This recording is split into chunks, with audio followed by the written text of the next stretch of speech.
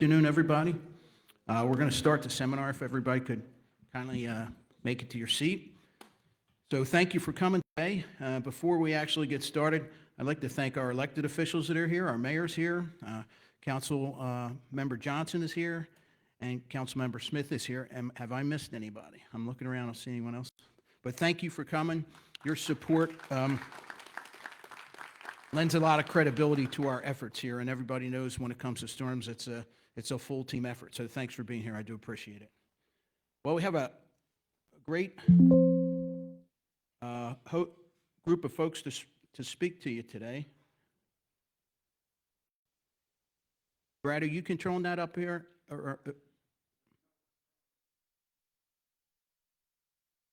Okay, here we go. Yeah.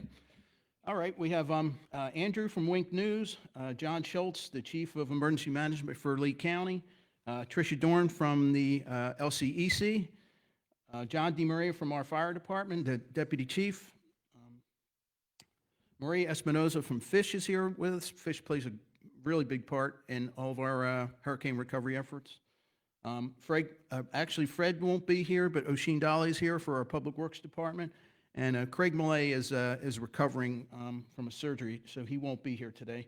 And then I'll wrap things up for us. So,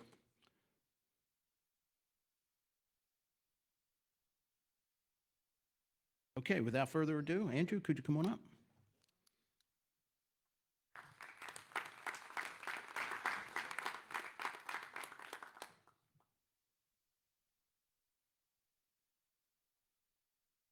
Well, hi, everybody. I'm meteorologist Andrew Shipotofsky. A little bit about myself. I've been in Southwest Florida since November of 21.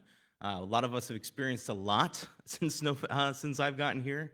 Obviously, we've had Ian, Helene, Milton, a couple in between.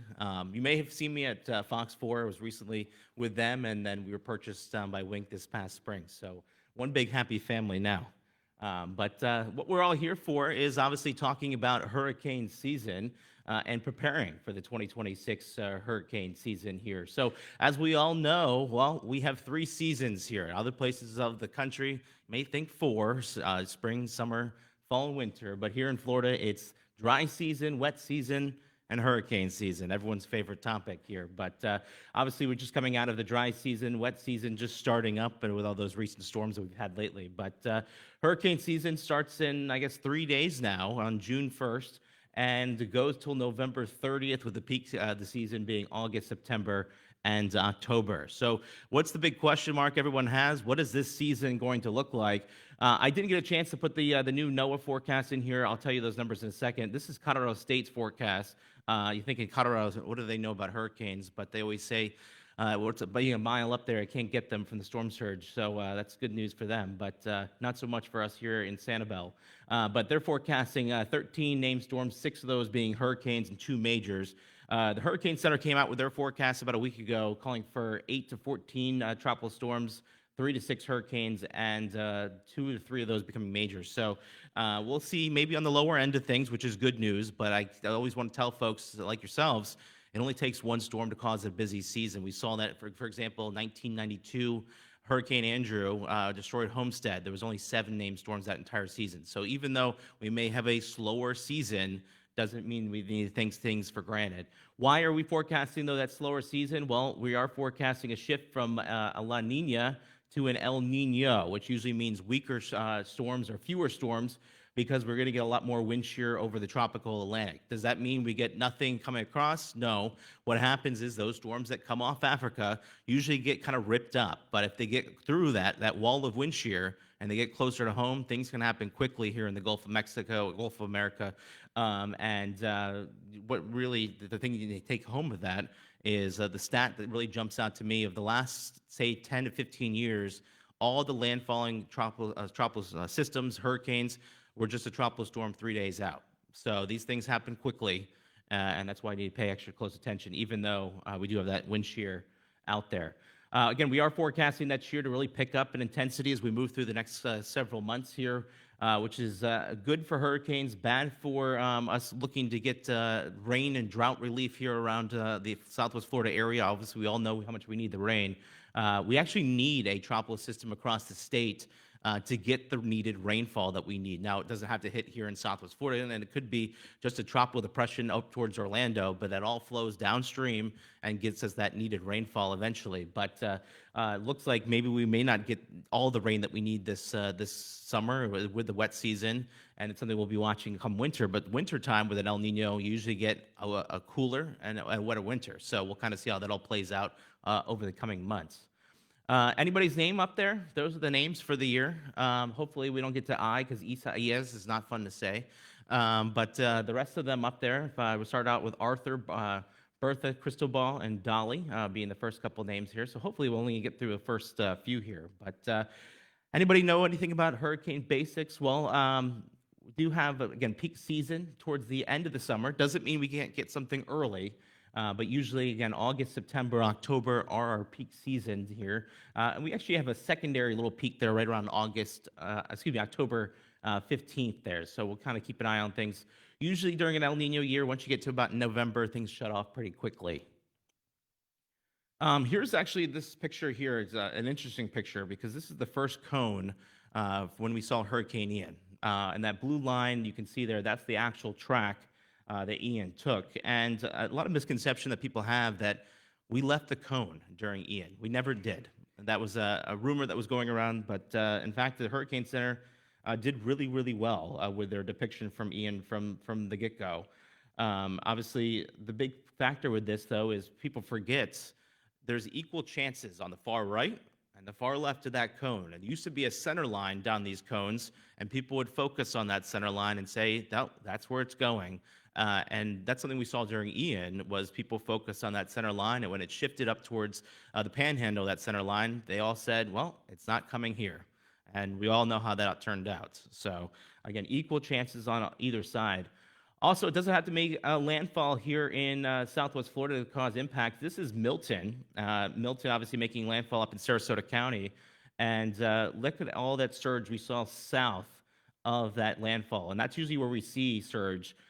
Is, again, that on that right-hand quadrant. And Milton from Naples was about 108 miles offshore, and we saw 10 feet of surge on Minnesota Key. Here in Sanibel is closer to about 6 to 7 up towards Captiva. So definitely quite the event here in the Sanibel Captiva area. Here's another look at, again, Ian. This is that first cone. Again, you see that track. They did really, really well, the Hurricane Center. Fast forward 3 days out before landfall. Again, it was, again, still right on that right-hand side of that cone. Never left the cone for that landfall. But again, that shows you that, again, that equal chances no matter where you're at on the cone. And look at that, just 120 miles west, and Ian doesn't hit here. So just these little wobbles, that's really why we have to pay attention to things once they get out there in the Gulf. There's a 1 day out for Ian. Just kind of put things in perspective, how things got a little closer there. Little changes this year that the Hurricane Center is going to put out. Last couple of years, we actually only issued hurricane watches, warnings for right along the coastline. That's going to change this year.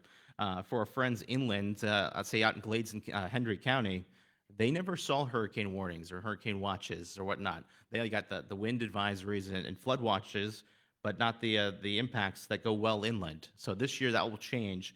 They'll be issuing warnings and watches all the way through across the state if there is something obviously in the forecast. The other thing that's positive is that cone, well, it's getting a little bit smaller, about 4 to 8% smaller over last year. And that obviously helps us get a little bit better in these predictions here. The other thing that started out a couple years back is potential tropical cyclones. And you may have seen, sometimes we go on television and you see what is this PTC thing? Well, basically what that is it's not quite a tropical storm. It doesn't have a closed center a lot of times. But we know that that's going to develop later down the road. So what do we want to do? We'll get that information to you a little bit sooner. And that's something the Hurricane Center is going to be doing even better job of this, trying to issue those out as early as 72 hours before an arrival. So, for example, let's say that we're expecting a tropical storm to hit Florida and only become a tropical storm a day before it arrives. Well, do we want a cone issued the day before it arrives, or do you want to give you that extra warning? So that's what that's going to do, is give you that extra warning ahead of time and able to issue those watches earlier and warnings earlier as well.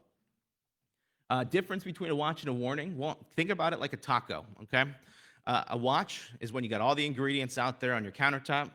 A warning is when it's happening. And that's kind of the good way to think about it. So you're not going to want to put those storm shutters up until the watches and warnings go out. That's for our friends at the fire department, so they can come get you if there is a fire. They don't want to have to go through the storm shutters to come rescue you. So again, don't put those up until those watches and warnings are issued. And obviously, once the storm passes, you want to get those down. I know for security reasons, a lot of people like to keep them up. But again, same reason, in case the fire department has to come. Saffir-Simpson scale is how we measure storms. This is based off wind, not damage. And a lot of people think, hey, a tornado scale, the Fujita scale, enhanced Fujita scale, that's off of how much the tornado does damage. Hurricanes is different. It's off, again, all off the wind. And it still can do quite the damage even for a Category 1. And people think, Category 1, and they don't take it quite as seriously sometimes. But we even know here on Sanibel, even a storm well off the coast can still do quite a bit of damage from storm surge. But obviously here we also took Category 4 winds and Category 5 winds from Ian. Storm surge is the deadliest part of hurricanes, and something we saw firsthand here in Ian, and even from Helene and Milton here on the island. That's because the Gulf of America only drops about a meter every mile the further out you go. Very shallow continental shelf there, so things can pile up pretty quickly from those strong winds forcing that water on shore. Here's a picture from our friends at SECF here from the island. This is from one of our tropical storms. This is from Debbie, which passed 130 miles off the coastline. I believe that's SanCap Road, and you got 2 feet of surge, again, from the storm 130 miles off the coast here on Sanibel. So it just really kind of puts things in perspective. You don't need to have a direct landfall to have direct impacts here in Southwest Florida.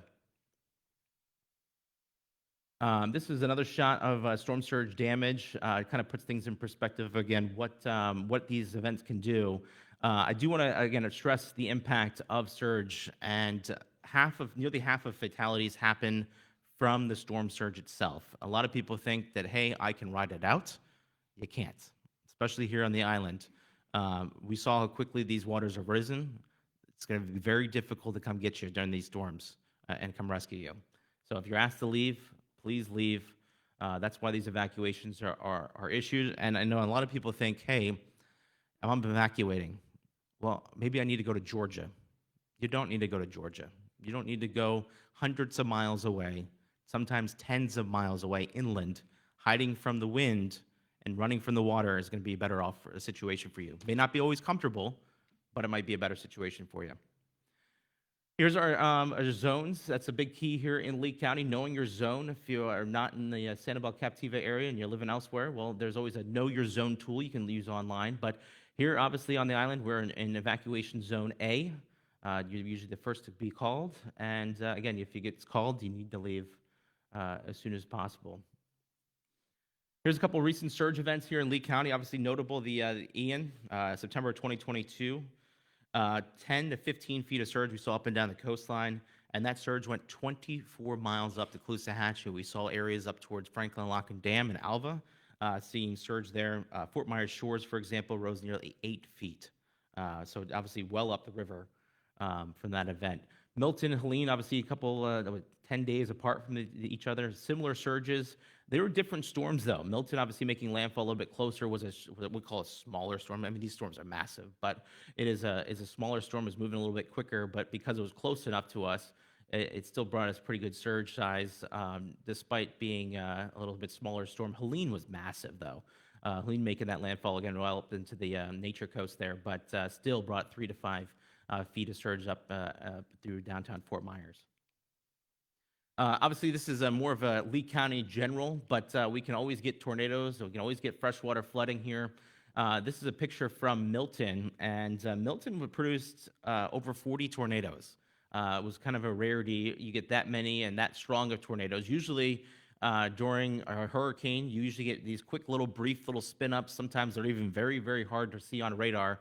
But again, usually it's on that front right quadrant. It's usually on the outer bands of these storms. So well before anything reaches us, you're getting clipped by these little bands. They bring these downpours of rain, and a lot of spin in them. And obviously, a hurricane's spinning in itself, but you get these little cells that want to spin as well from all that rotation, and you get these quick little spin-up tornadoes. So it's something where you have to watch. But there's Milton.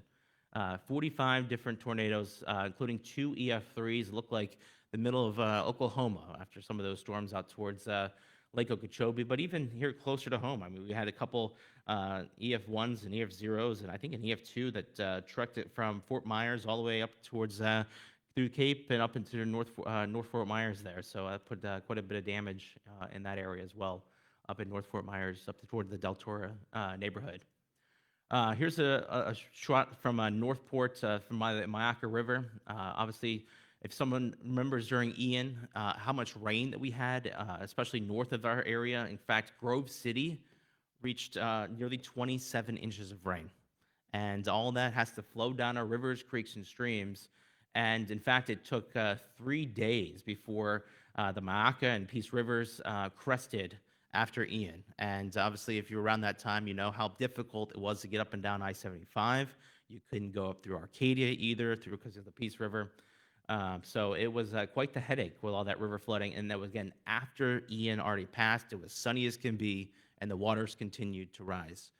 So again, you have to take flooding seriously. If you do see flooding, even here on the island, turn around, don't drown. You don't know how deep that water is. You don't know if the ground underneath of it is compromised either. It's just not worth it. Here's a picture of there from Arcadia, just kind of, again, showing you how deep that water was.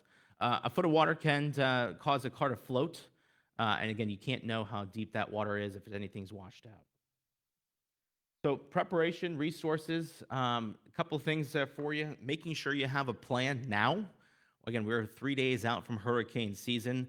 Now's the time. If you don't know where you're going, well, come up with where you're going or what you're going to do if that situation comes up. Knowing your zone, obviously we're in zone A here. Stocking up on disaster supply kit, making sure you have enough food, water, medication for you and your family for at least 3 days, if not more. Now that we're in season, I know gas prices are crazy right now, but if we get to that halfway point, fill up. We all know how those lines were after Ian, and sometimes people were sitting in lines for hours upon hours. If you don't have to do that, it's just for the best. Update your insurance. Once we are having in the cone, you cannot touch your insurance. Sorry, they're going to say to you on the phone. So to make sure that's taken care of now and making sure you know where those documents are. The other thing is making sure you document your property. One of the big things the state is telling folks to do, take out your smartphone, walk around your house, take a video of it so you know exactly what's there. So when the insurance company says, you know what? Oh, you didn't have that television. Or, oh, you didn't have this. Well, you said, no, I have the video. It's right here. So there's no arguments at that point. Also knowing what's being shared online. Anyone ever heard of AI? Well, it's a big thing right now. A lot of people are making fake images, sharing that online, scaring people. You don't know where it's coming from. Well, know where those trusted sources are. National Weather Service, National Hurricane Center, our officials here, they're going to be sharing important information with us as well as ourselves to get you the best possible information you need. I mean, here's a good example. That's Hurricane Ian. Where's the date? Where's the time? Who shared it? Nobody knows. So just be careful what you share online.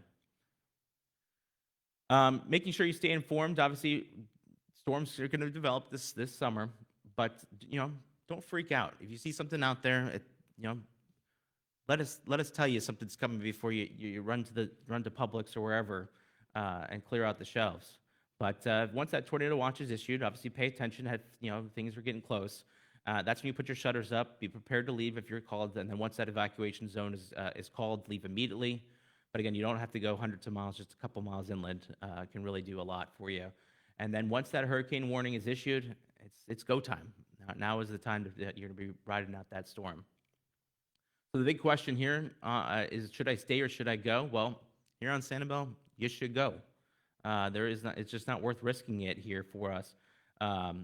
If you're in a flood-prone area, which we all know we are here on Sanibel, it's time to go. If you're in a mobile home, it's time to go. Those homes are not rated for the winds that usually these tropical systems put out for you. And obviously, if your evacuation zone as well is called for you. Now, if you are inland, And again, as folks that maybe are watching online, if they are inland, usually you're okay as long as your evacuation zone's not called. Usually, interior of your home is usually away from windows. Usually, the best place to be from the wind. What about your pets? A lot of people say, I hear, I don't want to leave, Andrew. What about, living my dog, my cat? There's no excuses anymore. The state of Florida has changed the laws a couple years back. A lot of the hotels now allow for you to bring your pet with you. They've waived those no pet policies during evacuations.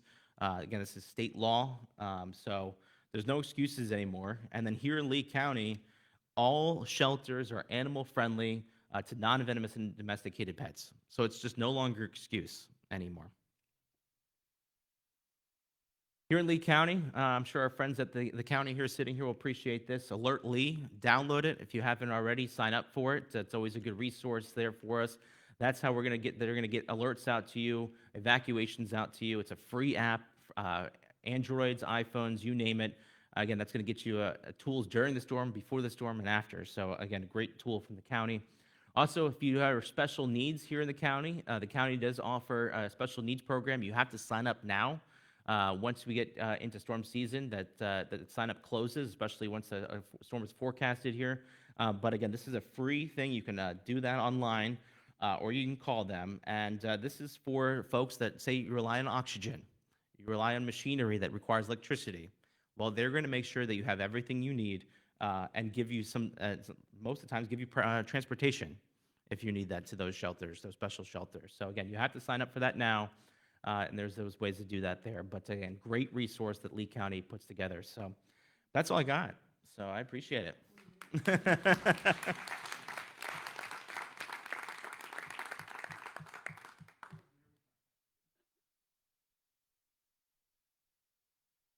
Thank you, Andrew. And next up for us is John Schultz. He's the Chief of Emergency Management for Lee County. And Lee County is a very big partner with us. We're glad John is here today, and we're happy for the partnership. Thank you, John. Take this one down.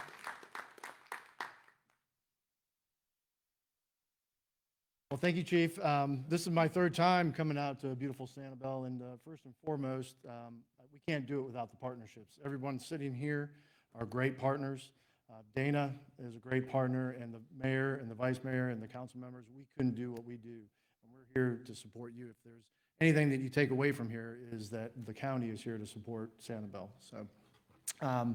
Andrew, you take all the good stuff away from me every time, but he hit upon it. Trusted information is so important. I'm going to go through this slide deck, but the trusted information piece is so important. We have a Lee Prepares app. We have where you can download it for your smartphone, where we push out information. But find that trusted source of information. Don't rely on social media. Your WINCS, the National Weather Service, the hurricane season, the National Hurricane Center, definitely are great sources of information.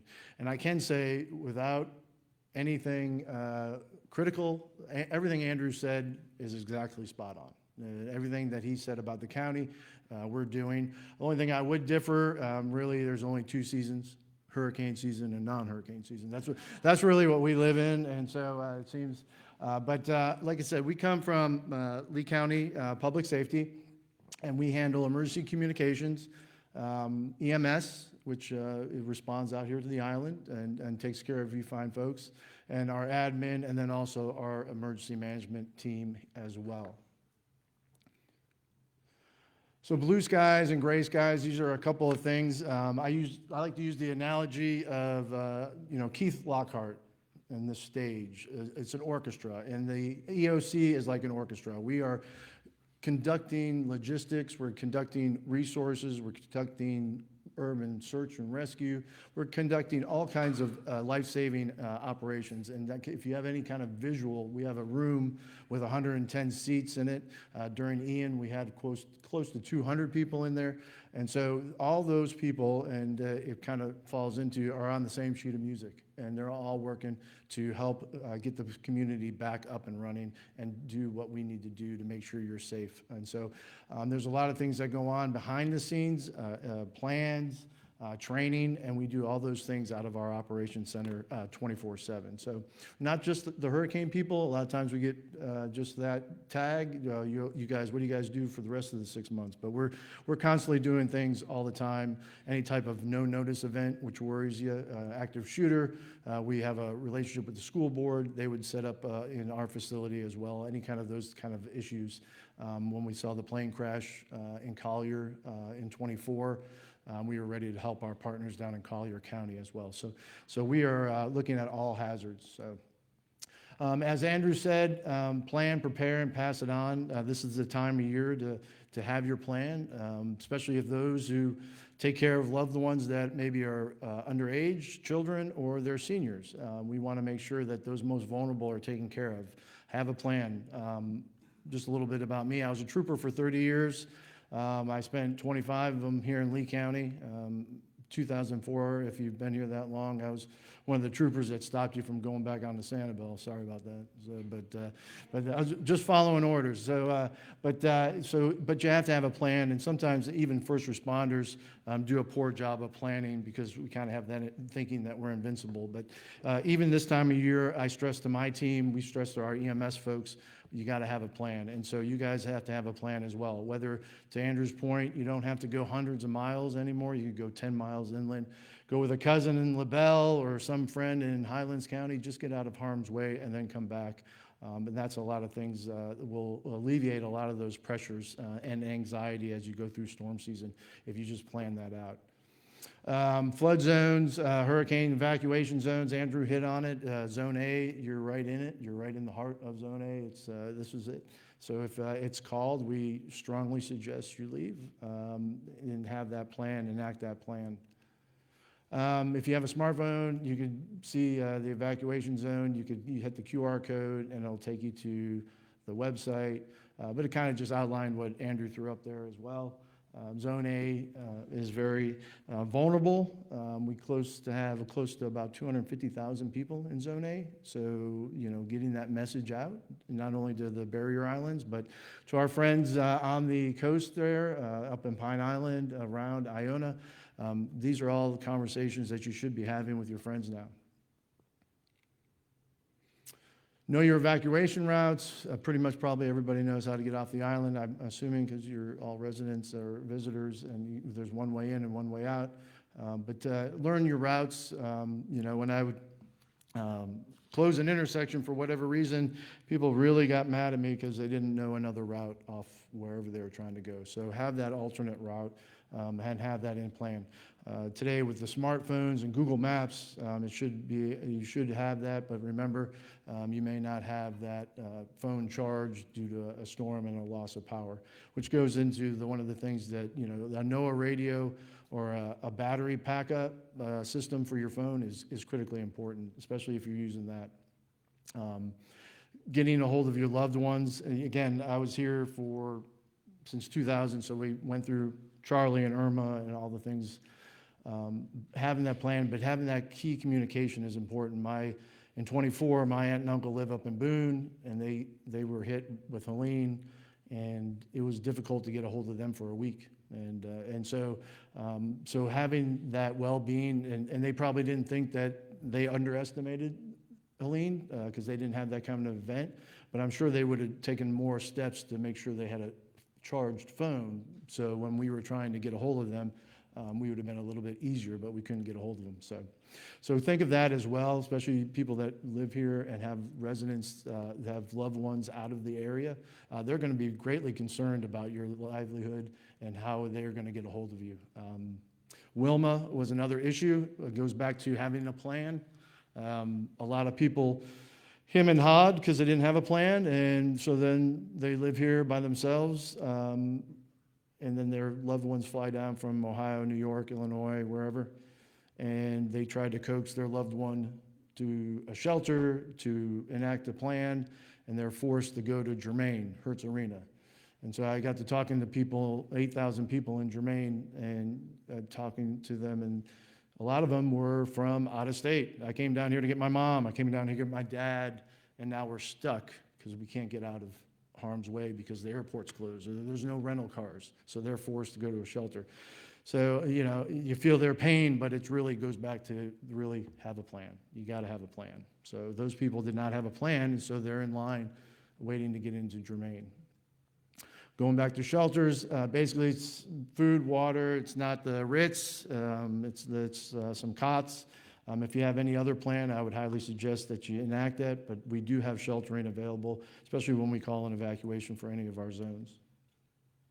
Andrew hit on it. The special needs shelter right now is, we're taking applications, so if you are in care of a power, someone that needs power, oxygen independent, definitely get a hold of us so we can make those arrangements now instead of when a storm is approaching.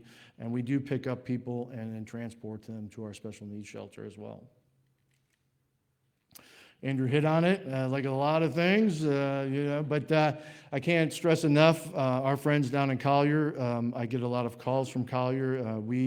All of our pets are pet friendly, so Collier has a limited amount of them, and so we get a lot of calls. We get people from Collier even trying to come up and use ours because they want the pets, but they all are pet friendly, so there's really no excuse.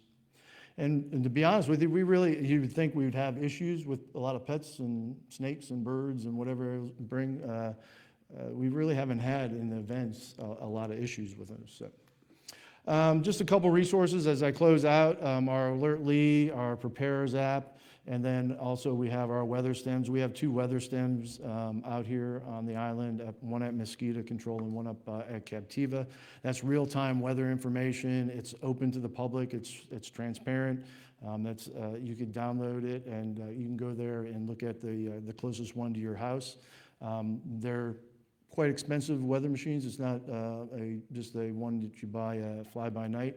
It's professionally installed, so it gives you pretty accurate weather. We're pulling in information in real time at the EOC from 33 of them around the county, so it's really has helped us. So that's available to you as well. And and these are some other resources. We're on LinkedIn, Facebook, Instagram, and then YouTube as well. And so there's some resources there. But again, if I could leave anything, have a plan, have those conversations now instead of when a storm, because your anxiety level, it gets greatly increased as a storm's approaching. And thank you to Sanibel for the partnership.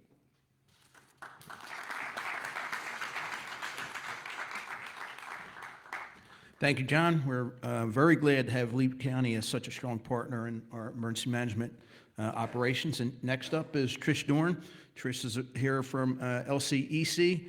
And if the power's been out for 5 days or 7 days, Trish is a very popular person, I can tell you that much. So, Trish? Thank you, Chief. Good afternoon, everybody. I'm Tricia Dorn with LCEC Key Account Executive. I've been in this role working with the City of Sanibel since 2000. So today I'm going to walk through how LCEC prepares for a storm and how we restore your power. Let's see if I get this right. Oh, down. Yeah, we won't go backwards. And thank you, Andrew and John. Great information shared today. LCEC has been around since 1940. We're 85 years in business. Our CEO is Denise Fidel. We've been serving this region with over 250,000 customers for 85 years. Preparation starts long before the storm. Here, I can see it here. The first thing that we do for advisory is to notify the LCEC employees, and I think John just mentioned it. Your regular role in your everyday business changes when we start with the advisory storm. We all change into different roles. We notify the vendors, which is additional support through FECA, bringing in additional linemen, especially depending on the type of the storm. We secure support. We get LCEC's facilities in order and the vehicles. As you can imagine, just having the vehicles, you have to also support with the fuel and everything that goes along with having the additional vendors. Lodging as well. We bring in all these vendors from out of state. You have to have a place for them to stay. And if you think you're going to stay on Sanibel and you have a Hurricane Ian, you reroute them and find other places for lodging internally. And you can imagine that challenge if the islands have been evacuated as well. We initiate contact with the key accounts and government agencies, and this is a very critical role because communication with the government agencies and the EOCs, as John and Andrew both mentioned, the partnerships are critically important. One thing I'd like to bring up on this slide is for those of you who are familiar with Smart Hub, just by a show of hands, anybody on the Smart Hub? LCEC, oh, that's great. And for those of you who are not and you would like to, you can see myself or even Madison from LCEC afterwards, and we can show you. It's a great tool. It shows you real-time outages. And that's something new for LCEC. We used to just give an update twice a day. So now on the app, it'll tell you how many people are without power on Sanibel. And also, there's always the regular way to report your outage is to call in. I would encourage to make sure that we have your most up-to-date phone number because that's what it's linked to when you call the automated message for LCEC. And how is power restored? Power is restored from the source of power. We purchase our power from FP&L, so we're a distribution cooperative.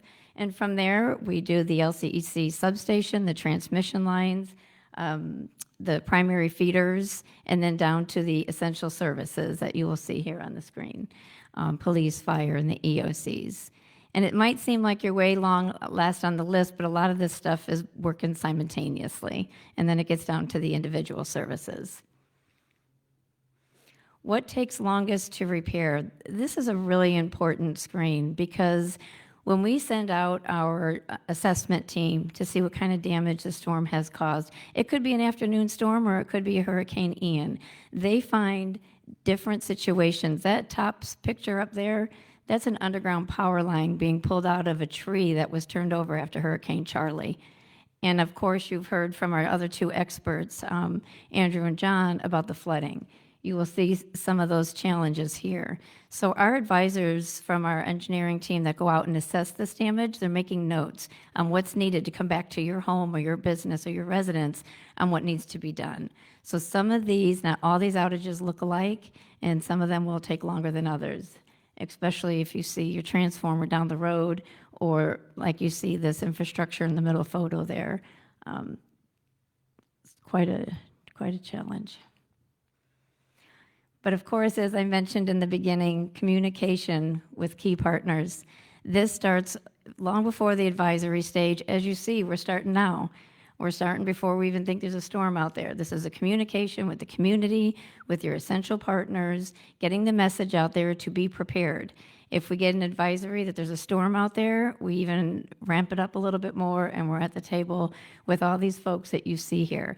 I will say City of Sanibel has always been so great about communicating with the residences, even when they don't have an island. They set up a place outside of and other locations in Fort Myers to keep that communication going. And that's what helps us to get the message out to you is through the avenues of the local government. So we appreciate that along with Lee County. I will tell you, we will continue working until that last customer is restored. Although sometimes it may take a long time, as Chief said, if you're still without power for 5 days, we're still out there working on it, trying to get it back on for you. And that's all for my presentation today.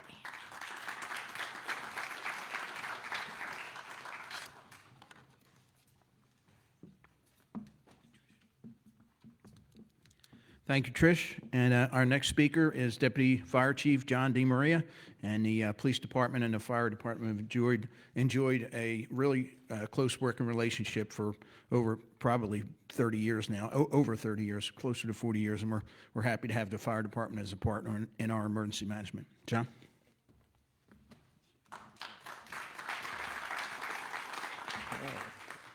Good afternoon, everybody. Like Chief said, my name is John DeMaria, and I serve as the Deputy Fire Chief for the Sanibel Fire Rescue District. I've been on the job now for over 19 years, and I've been through multiple hurricane responses and recovery operations here in Southwest Florida. And most of, like everybody had already said, Andrew covered a lot of different things, but what I'm going to cover is some of the things that we learned and some of the lessons that we learned as a fire district that I think is important information to you guys. However, I am going to disagree with one thing that Andrew said he didn't maybe get the notice, but Florida is currently closed for any type of hurricane activity. So this season, we're done. So we're not going to get any of that. But I think we can all agree that we've had enough excitement over the last several years. So while we can joke about it, the reality is that Florida means to be prepared every year. And whether a storm comes our way or not, hopefully the slide works as good luck for all of us, that we're never going to get a hurricane. We're not going to get a hurricane for the rest of this season. Just a little bit about who we are. This is both of our fire stations, Sanibel Station 171 and our newer station 172. Many of you might have seen that up towards Bowman Beach Road. What's important to note is Station 172 showcases our recent rebuild station following the devastating impacts that Hurricane Ian had on our station. So 171 is currently under construction. They just took some heavy equipment to it yesterday. So hopefully within the next 12 to 14 months, you'll probably see a brand new fire station right there on Palm Ridge Road. During hurricane season, they play a very important factor, as we've learned. They both play a critical role in storm preparation, emergency response, and post-storm recovery operations to help keep you guys safe. So each of those stations serves a very, very important purpose. Our administration team, who works behind the scenes together, we coordinate a lot of different things, whether that's operations, staffing, planning, logistics, communications, public information for you guys to know. Starting left to right, many of you probably recognize our Fire Chief, Kevin Barbeau, then myself, Assistant Chief Chris Jackson. For those who don't know, that's Fire Marshal Larry Williams. If you don't know who he is, just ask him, he'll tell you. And then our Administrative Assistant, Greta Fulkerson. In addition to our admin team, we are staffed by 21 line firefighters who are cross-trained as emergency medical technicians and also paramedics. These individuals respond to emergency calls every day, but during storm operations, our crews work very, very long hours from sunup to sundown, providing fire suppression, emergency medical care, rescues, evacuations, damage assessments, and post-storm recovery support. So they're very dedicated and committed individuals that allow us to continue serving this community before, during, and after a storm. We operate with a bunch of different assets, with some of the new ones that I'm going to point out. The first one, that is our ladder truck. It's a 75-foot ladder. That is our frontline operating asset or operating apparatus, followed by engine 172. This is a new asset that we just put on the line about 2 years ago now. It's an F550 brush truck. We also utilize that as a high water vehicle. As we know, flooding here is an issue. So to get to some of you, these are the assets that we use. This is a LMTV. It's also a brush truck, so there are 2 brush trucks currently on the island now. That also serves as a high water vehicle to get to most of you if we have to. The next asset is our Can-Ams. They're side-by-sides. Those are beach rescues. You might see that pulling around a little boat, which we'll get to here in just a second.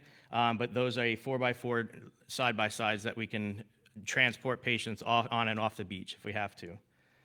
Marine 171, any water operations that we conduct out there on the Gulf or in the bay or wherever, this is the unit that we use. Any prolonged search and rescues, fire suppression, that's the asset that we use. Most importantly, this is a newer asset that we just added to the frontline operations, and it's our RIB, which is a rigid inflatable boat. We found that there were many places on the island after Hurricane Ian that we could not get to.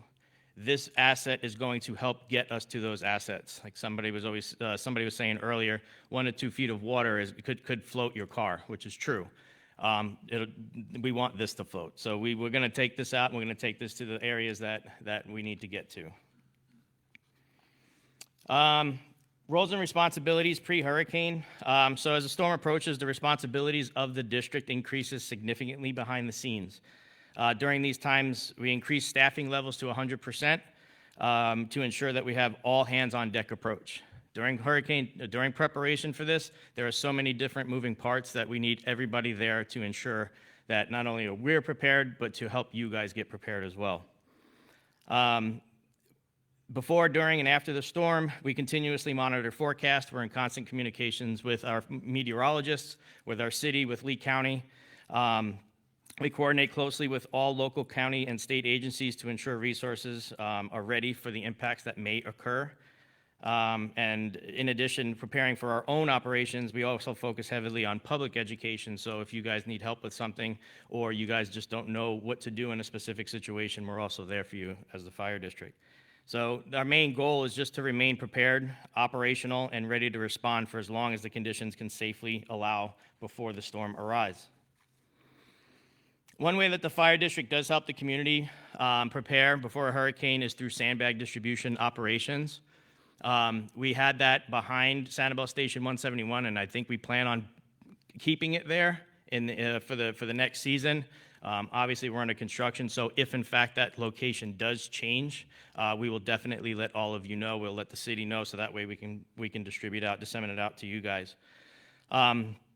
They're designed to help residents reduce the potential for minor flooding. Okay, this is not going to help during the storm surges like we experienced during Hurricane Ian. It's important to understand that the sandbags are helpful to reduce redirecting shallow water, but they're not designed to stop major storm surge like Andrew was saying earlier. Preparation early and using the sandbags correctly can make a significant difference in protecting your property. So if you need help with that or you need assistance, once this sandbag operation commences, our firefighters are well trained in that, and they'll be able to help you with that. So just a very brief overview. Like I said, these next couple of slides are going to be lessons learned that we learned from Hurricane Ian. One of the major ones that everybody knows is electric vehicles. I think we were ground zero for the electric vehicle controversy that we had here.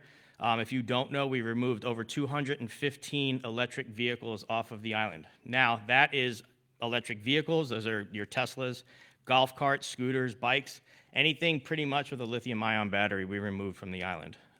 Nobody knew that they were going to react that way to a saltwater intrusion. Again, lesson learned, so now we're going to prepare for that early. They're becoming more and more common in our community. I don't have the slide on here, but we do, myself and our fire marshal does do an electric vehicle presentation, and I show you the incredible amount of, on a yearly basis, how many electric vehicles are starting to be registered here in the state of Florida. So it's a common thing that we're seeing. One of the most important things that we can do as prior to the storm is charge those vehicles early and avoid waiting until evacuation orders are issued. Okay? They're only going to go so far, just like our gas vehicles, they're only going to go so far. If possible, they should be moved to higher ground to reduce flood exposure, especially from saltwater intrusion. Like I said earlier, here on Sanibel, we've seen firsthand what those impacts to saltwater intrusions can have on an electric vehicle, specifically after. These impacts can happen immediately, or they can happen weeks, months after. Okay? All of a sudden, why is my garage smoking? Well, it was exposed 2 months ago to a storm or saltwater. Now it's on fire. So we have to be very, very cautious with that. They can become very unstable very quick and ignite hours or even days later. And then following Hurricane Ian, every fire department across the county, we experienced the same thing. There were so many different vehicles that were catching fire. We've had multiple structure fires that occurred because of the electric vehicles. And since then, the training and the exposure to any type of education across the county right now when it comes to electric vehicles has increased dramatically. These are just some of those videos or pictures that we had. If you look in your top left, that was the dunes. That was the first half of the golf carts that burned. We had a total of, I think it was 75 golf carts total that burned in 2 different days. To the right, that was a Tesla that caught fire. They thought that they would be able to drive it even after the saltwater intrusion. And what happened was all the power that was being reverted back to the engine or battery pack itself caused what we call a thermal runaway. The thermal runaway caught the car on fire. Bottom in the middle there, that was during our recovery efforts. Like I was telling you earlier, 215 vehicles that we had removed from the island. We partnered with the state with that. They came down, they sent machinery to pull these vehicles out of your garages. Now, many of these cars were not just where you left them. They floated and they moved to the back and they turned sideways or they were on its side. So the efforts were, it was a very difficult process to complete. The bottom left there, that single car in a garage, this kind of holds true as well. If you leave for the season or you leave for months at a time, trickle chargers, if the trickle charger was exposed to a saltwater, it also caught that vehicle on fire. And then the bottom right was the second half of the golf carts. Pets. I'm not going to really touch too much on that. We all know our pets are part of our family. But some of the things that we want to remember that if the conditions are unsafe for you, they're going to be unsafe for your pet as well. Okay? That's not just pre-storm, that's post-storm as well. Okay? So after a storm, we have hazards that are here on the island. We've all seen it. We have floodwaters, we have debris, we have wildlife, we have heat, we have down-powered lines. Okay, so we have to be careful. It's not just preparing to evacuate with your pets and getting their medications and knowing where to go. The counties recognize that, and every shelter out there allows these pets now. It's afterwards. Be careful in where your pets go.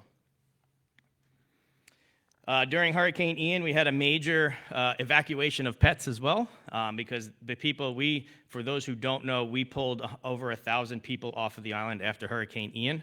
That's including their pets.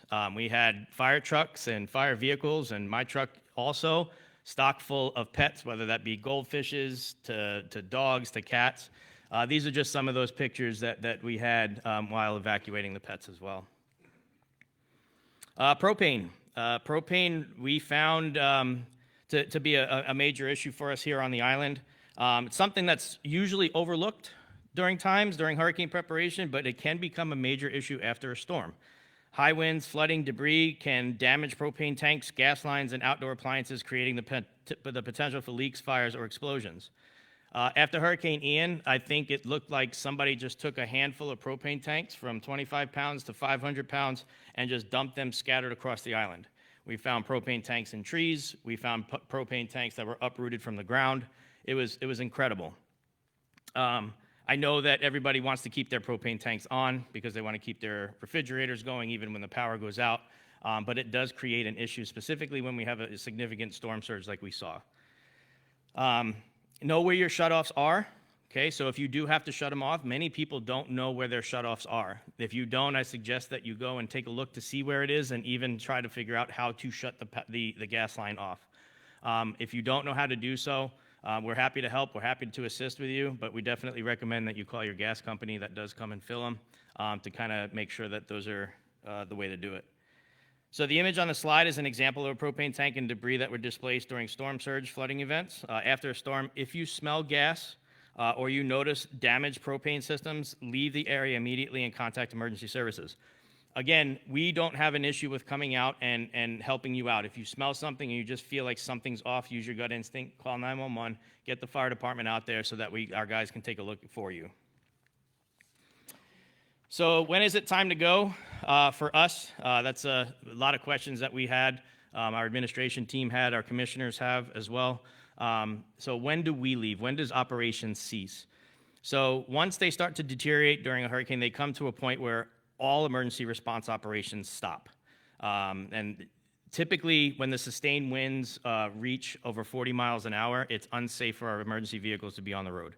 So typically, before suspending those operations, however, final equipment checks and personnel accountability are completed to ensure that all the crews are secured post-storm deployment. So we want to make sure that everything is stocked up and ready to roll, so that way when we come to first light, the storm passes, our assets are able to come back and help you. We also maintain close coordination and communication with the Sanibel Police Department to ensure that we're aware of what's going on. Critical information is communicated not only between the two entities, but also to all of you. And then they're aligned throughout the storm event. During this time, the crews, we do shelter in place. You're going to see a video here in just a second. During Hurricane Helene, we did stay on the island, but when it starts to reach Cat 2, Cat 3, we start to question whether or not we should be there. Okay? It all depends. Helene, we stayed. Milton, we evacuated off the island. And one of those tornadoes that Andrew was talking about was one block to the east of us, I believe, as we were driving down 41 to go to our safe location. It moved the fire truck quite a bit. So it's important for the community to understand that there are maybe periods during those major storm events. Emergency responders cannot come to you. You may be experiencing an emergency, but it's just unsafe for police, for fire to come to you. However, when you call 911, we are constantly monitoring these radios. We are constantly making a list and updating that list. So as soon as we get first light and we're able to get to the island, we're coming to you. It just may take us a little bit more time to get there. So this is low tide during Hurricane Helene. I know I kind of giggled because they said don't drive in 1 to 2 foot of water. Well, this was my truck driving in 1 to 2 foot of water. This was low tide during Hurricane Helene. This was down West Gulf. It gets much worse than that, but this is just one example of how much water can get onto this island on a very, very rapid pace.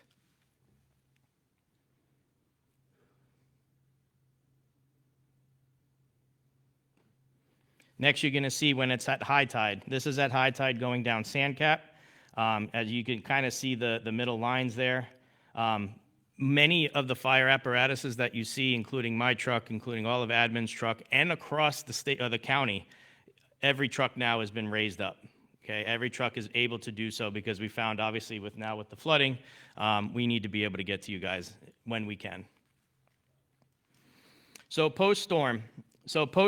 Once the storm has passed, the mission of the fire district shifts from preparation to response and recovery, like we were saying earlier. One of our main priorities is looking for damage assessments and determining whether the roads are passable so emergency resources can safely move to the island. Ourselves and the police department are typically the first ones on the island to ensure that it is safe for everybody to come back. They begin identifying any hazards such as down power lines, gas leaks, flooding. When we got onto the island, we saw all of that. We saw houses on fire, we saw buildings on fire, we saw cars and trees, dumpsters and trees, so we saw it all. Following the major storm, we often see secondary incidents such as generator-related carbon monoxide exposures. That's a whole nother class in itself that we're happy to provide for you. Proper placement of the generator, proper locations, and then how to deal with a generator emergency if, in fact, you do experience one. We do work closely with Lee County EMS, emergency management, like John was saying, Sanibel PD, utility providers, like Tricia was mentioning earlier, and Public Works. These entities were huge when it came and instrumental when it comes to post-storm. So our communications with them has never been better. So we are constantly in this communication loop with everybody to ensure that you're safe and you get the resources that you absolutely need. The work begins immediately after the storm and continues for days and weeks. I believe it was 3 months from sun up to sundown after Ian. And I think it was a few weeks after Helene and Milton that we were doing so. This is just some of the pictures and some of the things that we saw. This was mainly after Ian. Similar certain areas with Hurricane Helene and Milton. The bottom right that you see, that was a condominium that we found on East Gulf. And then to the left was West Gulf Drive. Everything from the bottom of the Gulf came with that storm surge. Similar pictures as well. So hurricanes are unpredictable, but preparation is not. Like we were saying, it's been a common theme. Prepare now, prepare early. And if evacuation orders are issued, please leave, okay? The steps you take before the storm can protect your family, your property, and your life. Stay informed, have a plan, and never wait until the last minute to prepare. So together as a community, we recover stronger. If you have any questions, this is my information. Feel free to give us a call if there's ever any classes that you feel as though would be beneficial to not only yourselves, but your organizations. Please let me know and we'll make it happen. Thank you.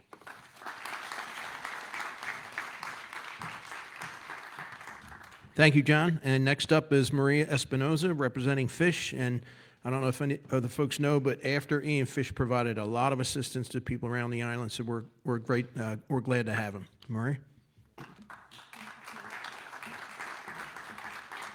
Hi, everyone. Good afternoon. As Chief said, my name is Maria Espinoza. I'm the proud executive of Fish of Sanibel and Captiva. We've been serving the island for 40 years, and I first want to say thank you to the City of Sanibel for allowing us to present and hosting a wonderful seminar like this, and of course, the trusted partners here today. What a wealth of information they've provided, and I really hope that you're taking it all in and not taking it just back to your household, but some of your neighbors around the island. So our role in preparedness, going the wrong way. Our role in preparedness as the island's resiliency hub is to provide services during blue skies and gray skies. In blue skies, we're wearing our normal hat, social services year-round for those that need it. In gray skies, we might support the islands with different types of disaster efforts. Our number one role, if you ask me, is to make sure that we are staying out of the way of life-saving efforts, out of the way of bringing back critical infrastructures, and helping vulnerable individuals who may need it with different sort of comforts after the storm. We're able to do this under the United Way Resiliency Hub umbrella. We are an active volunteer organization active in disaster with Florida VOAD, and a member of the Community Adaptation Program under the Red Cross. So again, trusted partners is what makes us able to respond and being able to do that work that we do. Our role in preparedness is making sure that people know where to turn to if some of this information can become overwhelming. Like I've said, you've gotten the best of the trusted information today, and we hope you're taking it back with you. But we understand that preparedness can take time. You're not going to get everything that you need in the couple of hours that you spend here today. So we want to make sure that you have the information all year round. The purpose of our Neighbors in Readiness program is designed to help residents, renters, condo owners, families have accessible information that's available to them at their own pace. They want to make sure that your home is safe, that you're doing what works for your household. So that when a storm is coming, you don't feel that stress, you don't feel like it's mission critical. You want to make sure that you've clearly identified a plan to protect your home, gather your documents, make evacuation decisions, and provide the care for your loved ones when something is coming.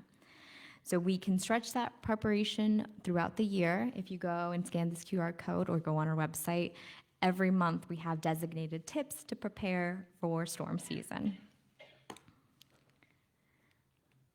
Another part of our role is to make sure that everything that you hear today is tailored to your family. So we understand that getting all of this information, you might need somebody else to help you through that process. And if you don't need it, you might have a neighbor that does. So our hurricane packet provides comprehensive information specific to the island community.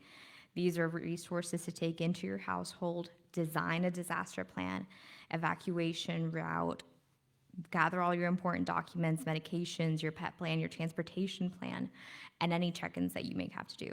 And you don't have to do this part alone. Our staff is there to provide the assistance to walk you through it, as well as trained volunteers. One of the things that I stress to people is I'm so glad everybody in this room came out to gather this information, but I bet if I talked to somebody, you could look around the room and say, oh, I know someone who probably should be here. Preparedness and how you're able to prepare depends on how accessible these resources are to you, your mobility, and so many other things. So we want to make sure that people who may not be as prepared for a storm get in front of us. We have a list that identifies vulnerable individuals. We're able to do home visits and assess what the vulnerabilities are in their home, figure out a plan if they don't necessarily have one. So we see a lot of calls coming in around hurricane season from folks telling us that, neighbor recently lost their partner, or their support system isn't as active as it used to be, and we will come to their home and help them provide that evacuation strategy. One of the things that we stress is the preparedness element, because during our gray sky operations, we will obviously help people evacuate, find the ways to evacuate, but without that plan, we've had to do transportations to shelters, and if you can get ahead of your plan, like someone said here before, you do not have to go to Georgia. Our hurricane packet includes a list of every hotel in Lee County. It includes the pet fees, whether they have requirements, they have a generator or not. We want to make sure that you have the information necessary for you to make those decisions as early as possible.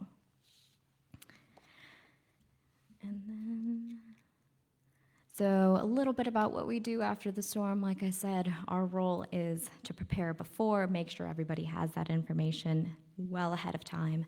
But after the storm, while making sure that critical infrastructures are up and emergency management is doing their role, then we will step in to figure out what unmet needs are. After Ian, we worked closely with the state as they deployed so many resources over to us and really set up different conversations and places of distribution with our partners. We did the same thing during Helene and Milton when we didn't have as much of an active response because we were not the direct hit. We kind of pick up the mantle and do the same thing. This is all made possible through our partner agencies, and we will continue to do so. So in the event of a storm, we encourage you to stay connected to our social sites where you can see where all of these resources are provided. And that's really it for me. I just want to thank you for taking the time for coming out, getting this information, and again, stressing the fact that whatever you need to do to prepare, you do so. If you are not a QR sort of person, we like to make sure that we still have these tangible goods available. So at 2422 Periwinkle, you can pick up a copy of the Hurricane Preparedness Packet and all of our other resources. So thank you. Thank you, Maria. Next up for us is Oshin Dali. Oshin's one of our city engineers, and he's here to represent our Public Works Department. Oshin?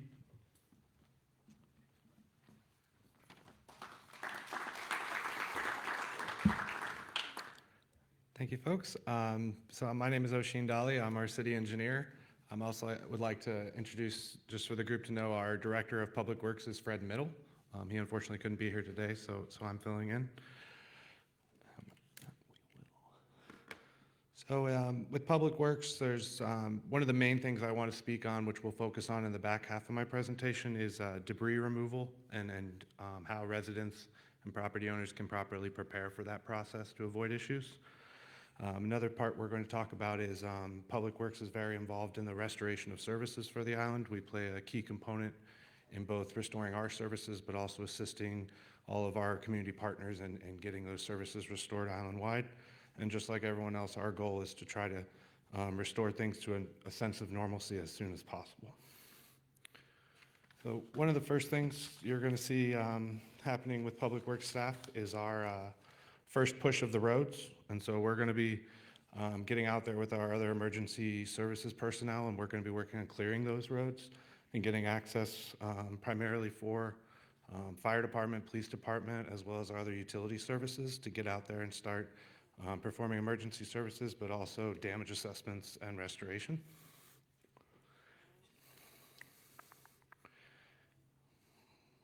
One note with that is we do also get a lot of assistance from community partners, as well as our disaster recovery contractors, which are pre-positioned contracts that the city has so that we're able to quickly respond to events when they happen. One thing I do want to focus on heavily as we talk about clearing roads, it is very important as we make progress with clearing roads that you pay close attention to the notifications put out by the city and other emergency personnel groups. We are in the primary stages of the storm, we're focused on clearing those roads to assist with emergency services, search and rescue, things like that. And so it's important to stay off those roads until things are cleared up and you've gotten that direction from either the city or another emergency group. Also want to note that we do clear both public and private roads, but it is important to note that for private roads, we clear them for emergency access only. So on the roads that we maintain, you're going to see cleanup, sweeping, things like that as part of our city maintenance. But on a private road, you're just going to see us clear it for basic access for emergency groups. It's also very important to note that when we clear roads, we're once again doing it for access, so you're still going to see unsafe hazards in those roads. You're going to see nails, glass, broken road edges. There can be road washouts, which we do fix in order to get access, but it's important to keep that in mind as well. I also want to note here that our Public Works Department is also responsible for the utility system on the island, so that's your sewer system. So while our Public Works staff is working on clearing those roads and helping with access, our utilities and facilities staff is doing damage assessments to restore those services as quickly as possible. It's important to, once again, pay attention to notifications from the city about when it is appropriate for you to resume using those services. So an example being, just because you have water running at your house, you may not have an active sewer system until we get infrastructure up and running. And so the city will be putting out information after a storm to explain how we progress with that. There may be certain portions of the island that have service, there may be certain portions that don't, and then there's also some other areas that fall under a limited service. So in those areas, we'd be asking you to only use water as minimally necessary. So we're not looking for, large appliances, showers. You're really looking at minimal toiletry uses in those cases.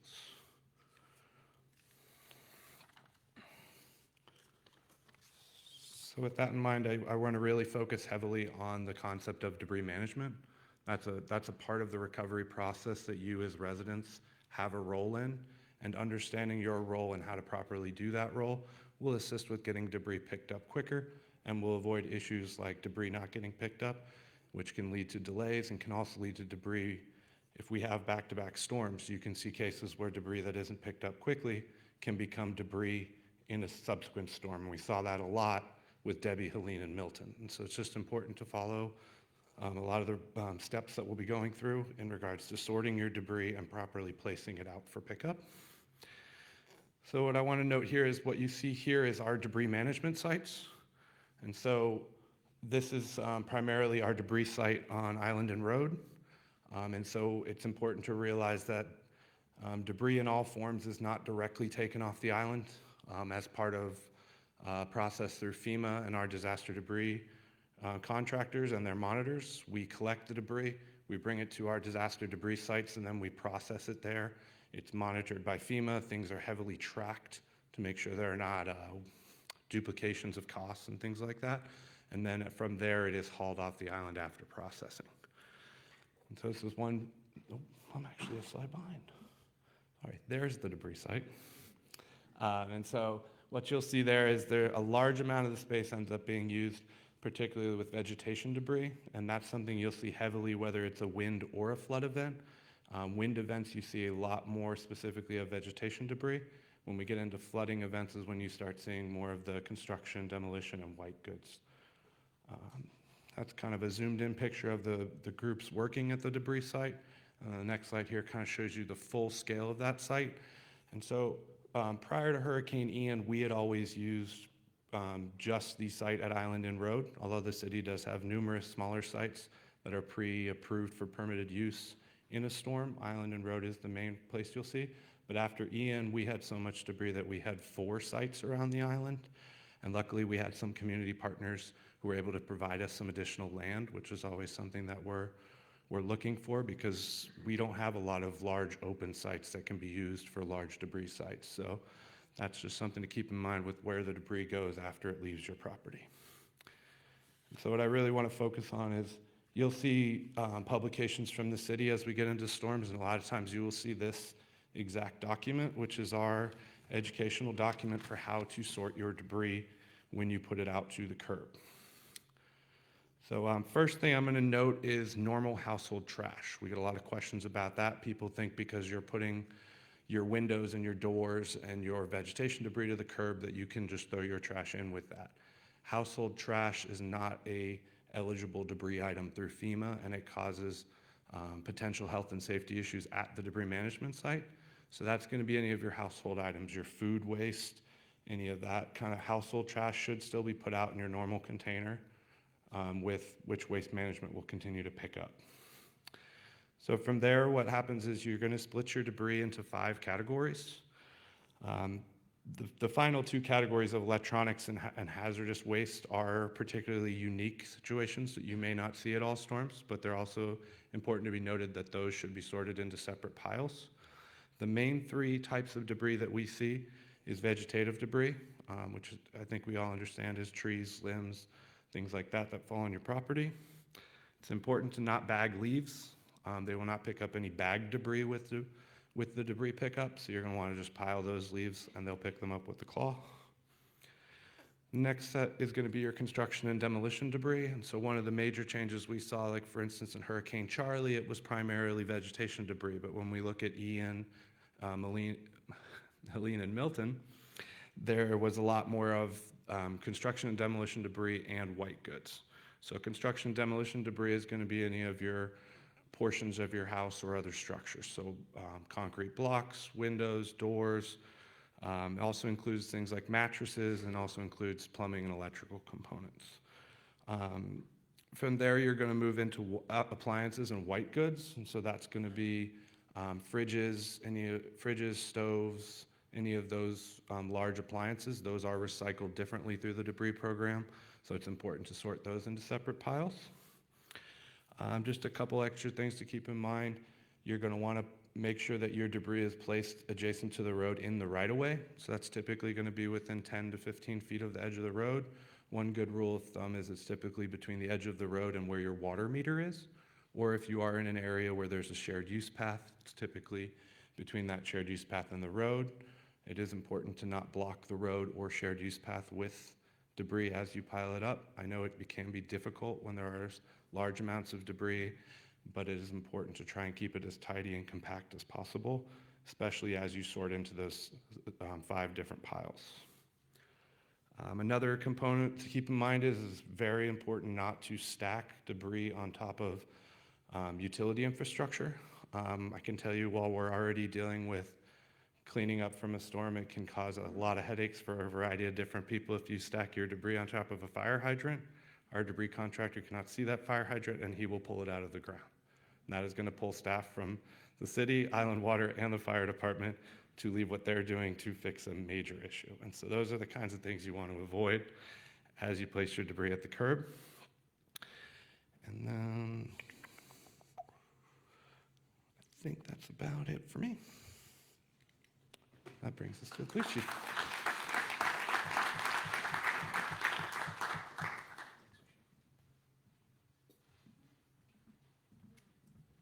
Thank you, Oisin. And I just want to point out one thing.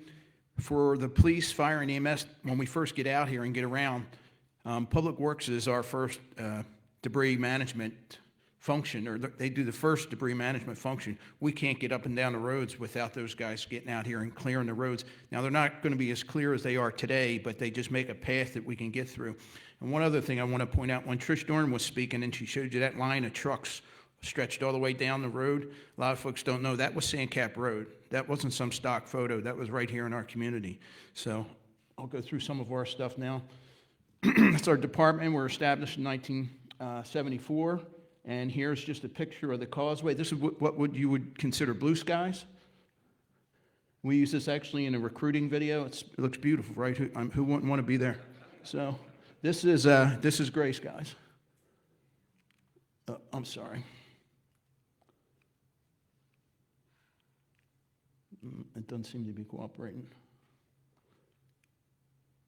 But that's it's about 10 o'clock in the morning, the day that Ian hit. So it really didn't make landfall until about 3 or 4 p.m. So that causeway got continually worse for 5 hours. So you can see this is a prime example of when we ask you to evacuate, we really need you to evacuate.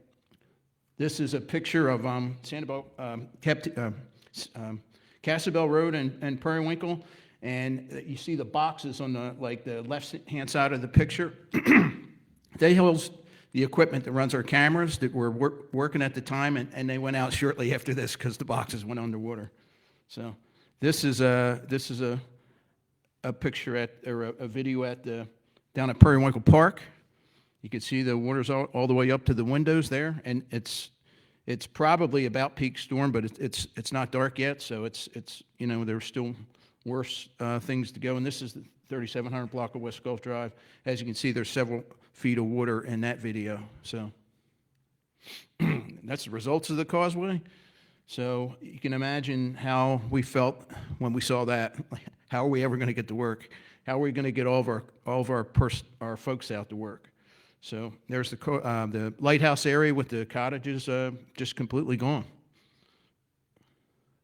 That's how we got everybody to work. We switched to almost like a marine-based commuting system. As you can see in that picture, there's police officers, public works staff, IWA staff, and it was a boat ride to and from work until we got the causeway fixed. And this was just a photo to say thank you to some volunteers while we're out here working every day. They put together little care packages for us with some meals and things like that. That was members of the community, so we want to just say thanks for that. And this is another picture. I know you've seen this before, but that's the National Guard delivering food and water. And here's some of Trish's trucks. I got a phone call when we were out here, I don't know, a week after the storm, and Dana says, okay, Chief, you got to find a parking lot to put 300 lineman trucks in. And I said, oh boy. So what we wound up doing was having them park all along the side of SanCap Road, and it stretched about 3 miles, those trucks. So we didn't have any parking lots that were big enough for that. This is an example of another one of our partnerships in law enforcement. The Florida Police Chiefs Association helped out greatly. They organized officers. The first region to come and help us was over Miami and Dade County. And as you can see, there's Miami Beach and Coral Gable police officers there. And that's how we got their cars out onto the island after they arrived here. And we explained to them what we were facing, and they said, "Okay, great, we're coming to help and everything." And then when they got here, and they said, "How are we going to get out there? This bridge is washed away." I said, "Well, we got a barge for you," but the gravity of the situation didn't even hit these folks until they actually got here and thought. So when they came over, there was 50 officers with 50 cars. We took 25 of their cars over by barge, but then we had to leave them here. We couldn't be taking those cars back and forth every day because other equipment had to come out. So it was just kind of strange. And that's Coral Gable's, that's their mobile command center. I want to say the thing was worth like $5 million, and they committed that to come over here and help us recover. And this is the day that the 300 trucks came over. So that was a big thing for us. So we were going to start to put the infrastructure together, and it's very important for the entire island. So even though it looks like a mundane video, it was very important to us at the time. And I don't know which one of those cars, but one of them houses the governor. He came back over, and this was on the 19th when the causeway was opened just for vehicle traffic. Here's this is just a picture. This is all the first responders that came from southeast Florida. There's another one I'll show you in a second, but that's all the agencies that came and helped us from Dade County. There's 50 officers in addition to ours, and then that's the night shift crew. Those officers came over and they spent 2 weeks here away from their families and everything just to help our community out. That's just a couple more pictures of them, and I'll roll through. That's Sean McGovern in the middle. He was from Vero Beach. He came over and he managed a whole section of 50 of them, and then it was just like a liaison to me and the deputy chief. So he was very helpful. I'd like to give him credit. So with all that said and done, I still do think we have a bright future, but we have to protect that future. We have to protect ourselves. We have to prepare, like everybody said today. And one of the things I know that Chief DeMaria went over it, but the difference between a mandatory and a voluntary evacuation. You've seen some of the conditions now.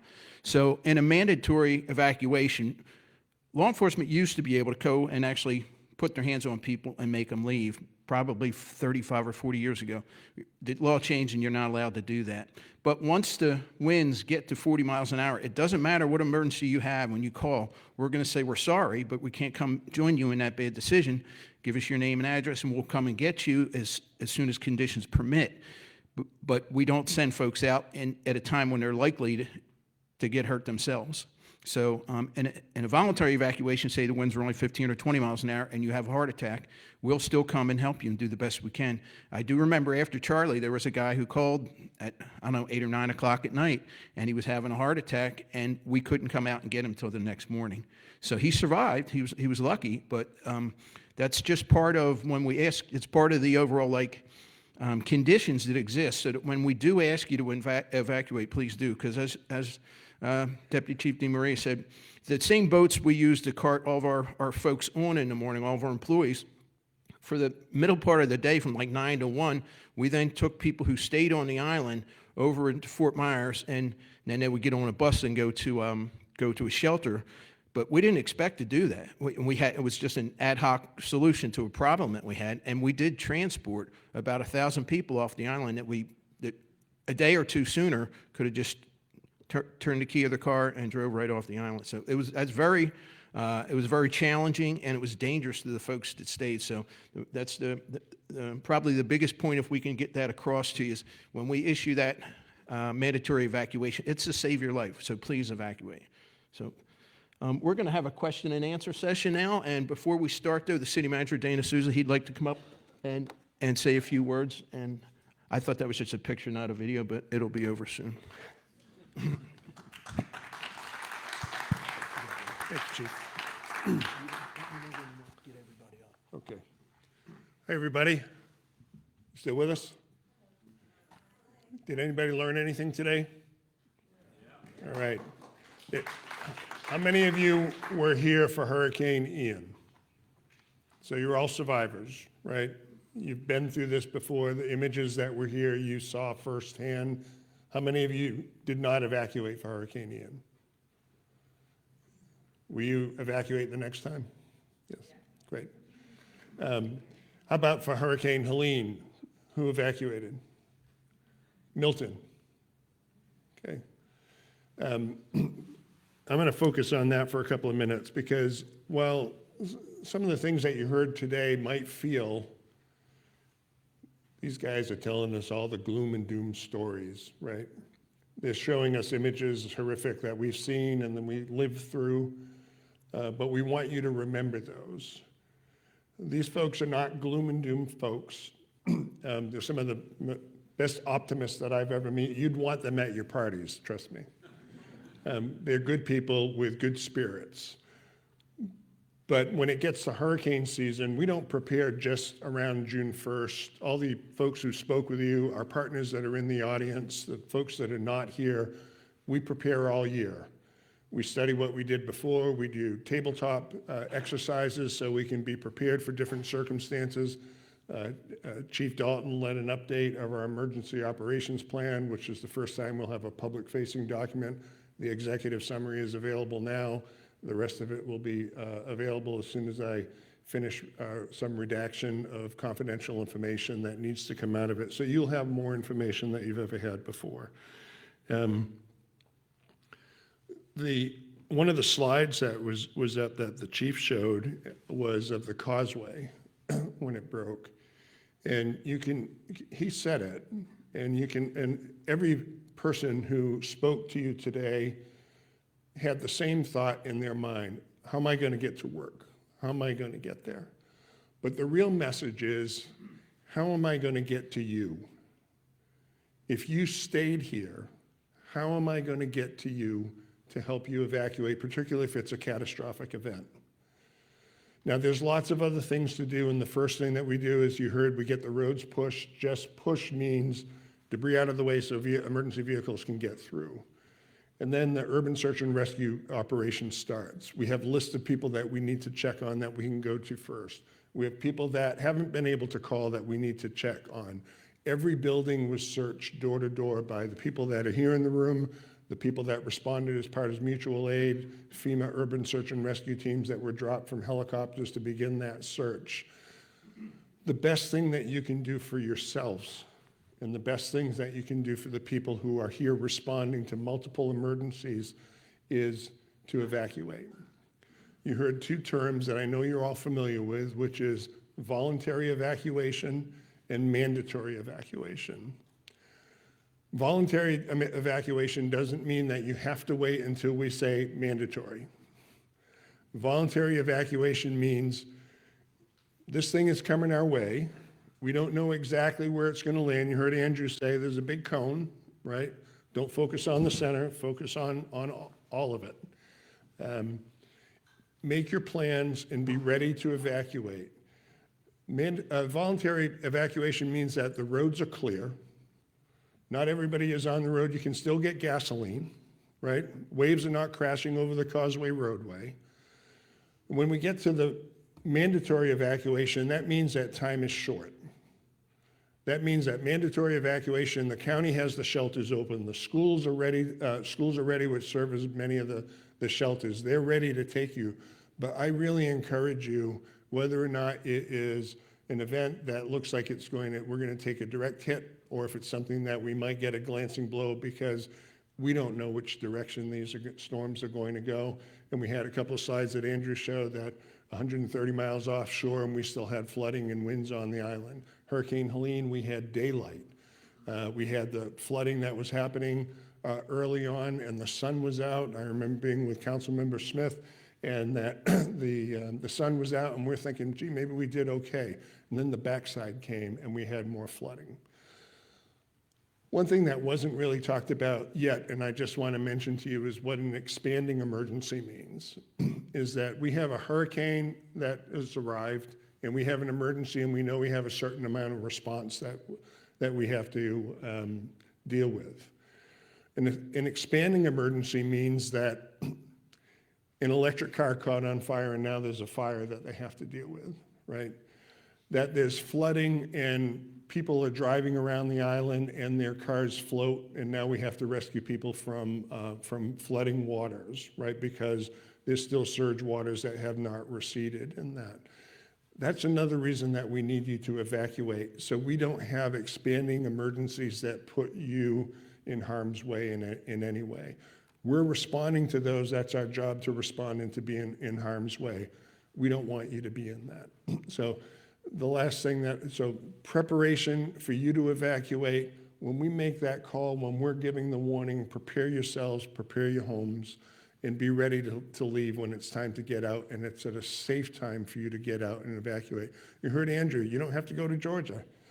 And sometimes we don't know which way the storm's gonna go. If you go to the East Coast, maybe it flips and then the storm's making landfall over there. But get out of Dodge, go somewhere else, let us do our work, and we'll invite you back. And I know I've heard folks say, I know that you're gonna put up a road barrier and you're not gonna let us back on the island. The last thing that we want to happen is not to let you back on the island, not to let you back in your home. But an expanding emergency after Hurricane Helene and Milton meant that we had floodwaters that we couldn't let you back on because not everybody drives the high water vehicles that Chief DeMaria showed you in his slide. We have vehicles that can get in water, and one of my favorite cartoons of all time, I never knew that I would apply it to a hurricane, was a Charlie Brown cartoon. Charlie Brown standing at the edge of a puddle, and then Charlie Brown walking into a puddle, and then Charlie Brown coming out of the puddle, and he's covered to mud up here. And the caption says, you never know how deep the puddle is until you're in the middle of it, right? And that's what an expanding emergency means when we have floodwaters on the island. So just a comment in terms of how we managed Helene and Milton on the island that you couldn't all see is with the fire district. We were in constant communication with our police department, our fire district personnel who were out on the road, so we could say, where's the water receded? Where are we looking good? When can we let people back on the island? We were constantly making that measurement so we could get folks back. We want you to be back here. And Oshin mentioned the sewers. Sometimes we had to issue warnings that limited sewer was available. Those are important issues. You might have cable, you might have telephone, you might have water, but if you don't have sewer and you're using your sewer system, and we're not able to pump it through our lift stations or down, that could back up into your property. That's the reason why we issue those emergencies. We don't want that expanding emergency in your home. So please, please get your homes ready at the beginning of it. Evacuate it. Be optimists. Like Chief DeMaria had the slide up, I subscribe to that, that we're not going to have a hurricane. We can't have another hurricane, right?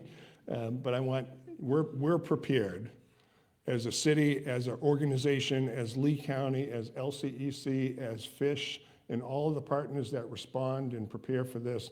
We are ready now. If a storm was to happen in the next week, a freak storm, we are prepared. Are you prepared? Are you ready to do what you need to do in your home to get it ready? That's what we need you to do. We need you to be partners in all of this.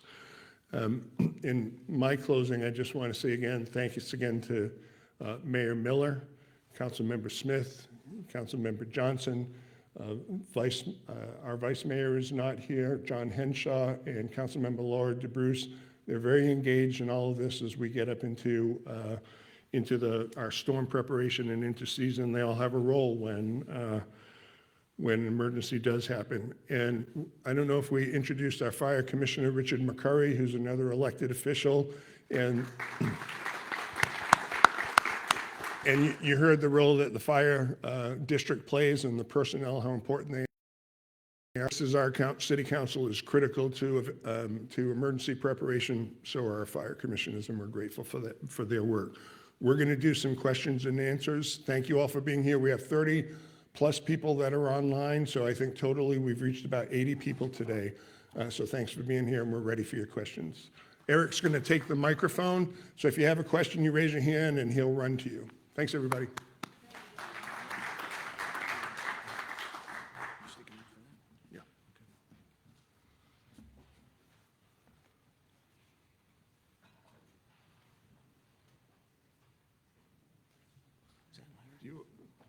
Yeah, for somebody from fire.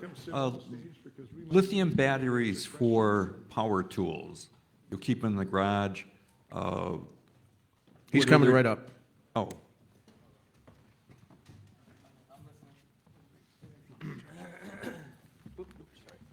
Yes, sir, sorry. yeah, lithium batteries that we have for power tools. Everybody has them, they're in the garage. Yeah, if they get wet, what happens if they're just in the area where there's a lot of vapor? What should we do? So the same thing can happen to those batteries that can happen to an electric vehicle. It's the same type. When that salt water gets intruded in there, it creates a short circuit, which causes a spark, and then it starts to grow into a thermal runaway. What that means is that every cell in that battery is starting to engage and starting to catch fire, basically. What we encourage people to do is keep them at a higher level if you are going to keep them at your house. And also, one of the major things that people do, and I don't know if many people understand that, is some of these battery charging systems don't have a shutoff. So once you charge this battery, there's a constant flow of energy that's going through that battery as well. So you want to make sure that you unplug them and take them off when they are fully charged. But if they do get wet, they do start smoking, call us right away. So we want to catch it at a small scale incident before it becomes a very large incident. Did that answer your question? I hope it did. Thank you. Address, Curious, if they have, just one quick, that they have small batteries that are in your storage area below, what should they do when the storm's approaching? Bring it to higher ground, because again, we've seen with storm surge, we can get 5 to 6 to 12 feet of water. Again, same rules apply with that. If they do get wet, they do get submerged. They are going to create that issue. So bring them to higher ground if you can, for sure. And we track the numbers too, and just the zip code is 10% from 2024 to 2026 of registered EVs in the community. So if you know someone in the zip code here, all the things that the chief has talked about, please pass that message along, because your neighbors, there's more of them in the community now. So get the message out. We greatly appreciate it. hi, what's the approximate wind speed need to be before the causeway closes? And was there an emergency or mandatory evacuation for Ian? All county bridges are considered closed when sustained winds reach 40 miles an hour. And yes, there was a mandatory evacuation for you. Just will add, that bridge question comes up a lot. When I was a trooper, they would ask about it. We're not going to send a trooper out there to close the bridge. So they're closed, but there's not going to be someone out there obviously manned in 75, 80 miles, 100 mile an hour wind. So it may look open, but hopefully you're not there anyway. Hopefully you're hunkered down somewhere in a shelter. Thank you. So I've had 2 encounters where the causeway has been closed. I work nights. I have a 89-year-old mom with dementia. The first one was with Helene, and I got the message that the causeway was closed. I happened to be at work that night, and she was left here on the island. And it said it was closed, and the information that I got kind of sounded like it was going to be closed all day. It opened up later on that afternoon. So I had to sleep at the hospital, and I left her there for 2 nights, which she's okay. The second incident happened this past Sunday with the accident that happened on the causeway, that the causeway was closed, and I didn't know when it was going to open up. I was relying with news media, and I also saw that the City of Sanibel sent an email saying that the causeway would be closed and will update. Is there a reliable source that I could go, like a hotline that says the causeway is closed or the causeway is going to be opening, so that I can get more information, so I can make better decisions to not have to leave her? Well, the second incident you're talking about, that was a traffic crash, so nobody can predict that, and it was believed at the time to be a fatality, so that's why it was closed.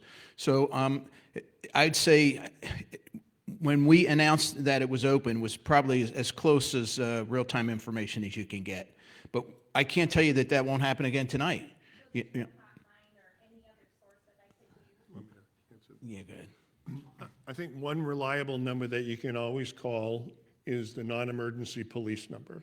The dispatchers know whether or not the causeway is open or closed, because that scene was difficult this past weekend. It was open for alternating traffic, and then it was also, then by the time that it was open for both traffic in both directions, we were working to get out a news release. So we try to get that information out quickly, but if you've heard that the causeway is closed, or you find it to be closed, because first thing that you do when you get up at 11 o'clock at night to go somewhere is not, should I check to see if the causeway is closed, but you might find it to be so. But I would call the non-emergency number. They will always have the right information for you. John, are you good with that?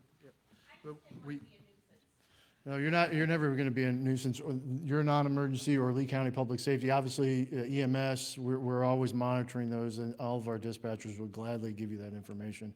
I know FHP on their website is real time. If you go to their traffic conditions on their website, they monitor, they put, even if it's not something that we're working, if it's a closed roadway, they do put that on there as well. So, and you can refresh that, obviously, it's real time, so. And I can't speak for the updates. I think you got great information there. But your point comes as a valuable lesson if there are anybody in the community that might be vulnerable and they might be staying home alone. So we have a network of volunteers that are trained to do home visits and provide assistance. They've done so in the past in these situations because nobody wants to be in that moment when they're off island where they need to be and can't get to their loved one. So definitely not a nuisance. We have a 24-hour line as well, ready to do those types of friendly home visits that may not require immediate medical assistance, but just an eye on a loved one. I know we're not going to have any more hurricanes, but if we have one, has the city prepared a plan that if the causeway is ever destructed again, on how we would get the people back to the island, other than having to pay private boats to get back on the island? We might be doing just that again, Mary. You know, we're going to have to solve that problem. We're better versed in it now than we were, but we're going to be dependent on help from the county and from the state. So, yeah. And it's a great question.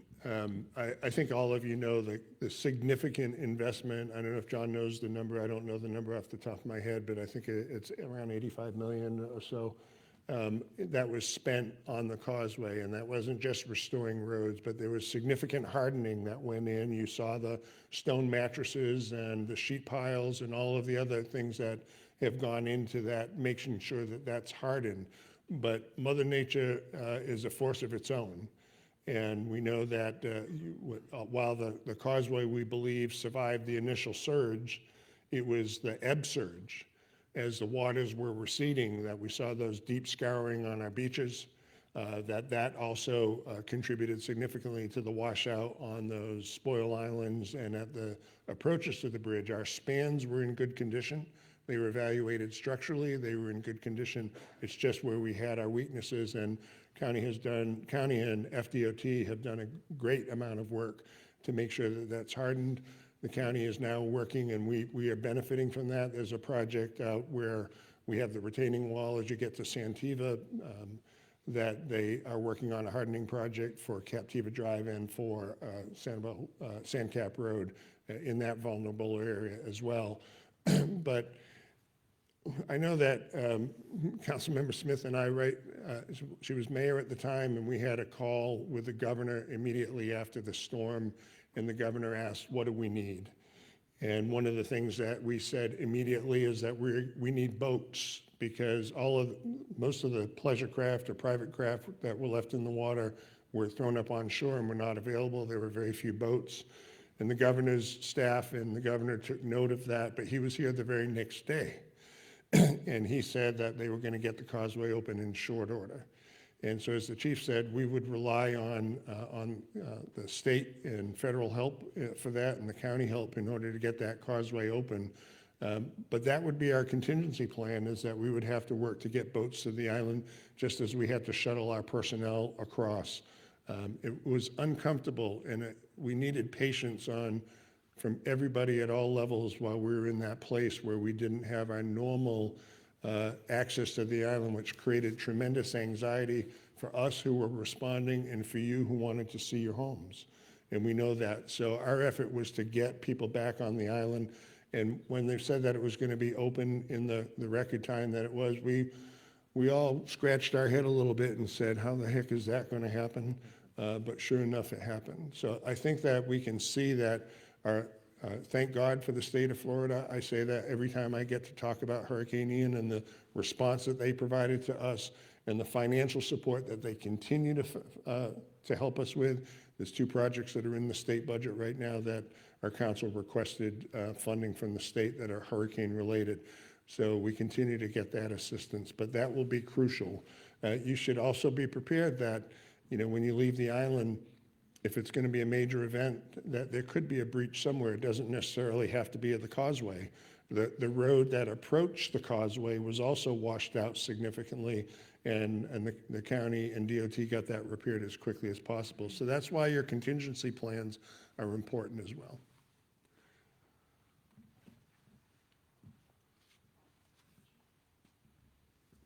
Any other questions from anyone?